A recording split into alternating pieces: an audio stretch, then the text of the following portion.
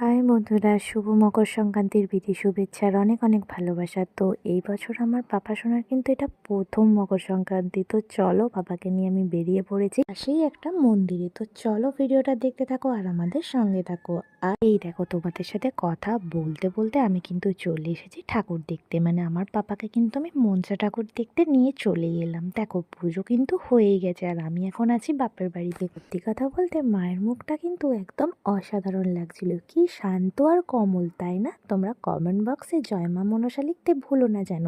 এরপরে দেখো আমি চলে এলাম বাড়িতে। এই যে এখানে কিন্তু বাড়িতেও মা লক্ষ্মীর আরাধনা শুরু হয়ে গেছে। অনেকের বাড়িতে কিন্তু এই পুজোটা সংক্রান্তিতে হয়, আবার অনেকের পয়লাতে, কিন্তু আমার বাপের বাড়ির নিয়ম অনুসারে এটা কিন্তু সংক্রান্তিতেই হয়। দেখো, পুজোর জন্য যা যা প্রয়োজন সব কিছুই কিন্তু এখানে অ্যারেঞ্জ করে নিয়েছে আর এখানেও কিন্তু পুজো শুরু হয়ে গেছে।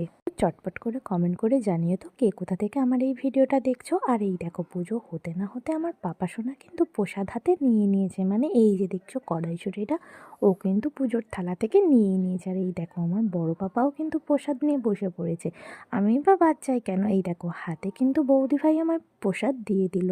পুজোর তো এই প্রসাদগুলোই আমার কাছে অমৃত। এই দেখো, এদিকে পুজো হতে হতে আমার মেজমার কিন্তু এক খোলা পিঠে হয়েই গেছে। আজকে কিন্তু হবে শুধুমাত্র সেদ্ধ পিঠে।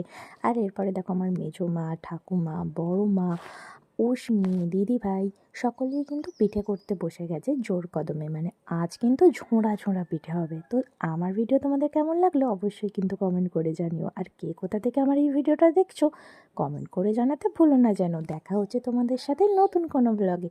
ততক্ষণ সঙ্গে থাকো আর আমার ভিডিও দেখতে থেকো। টাটা।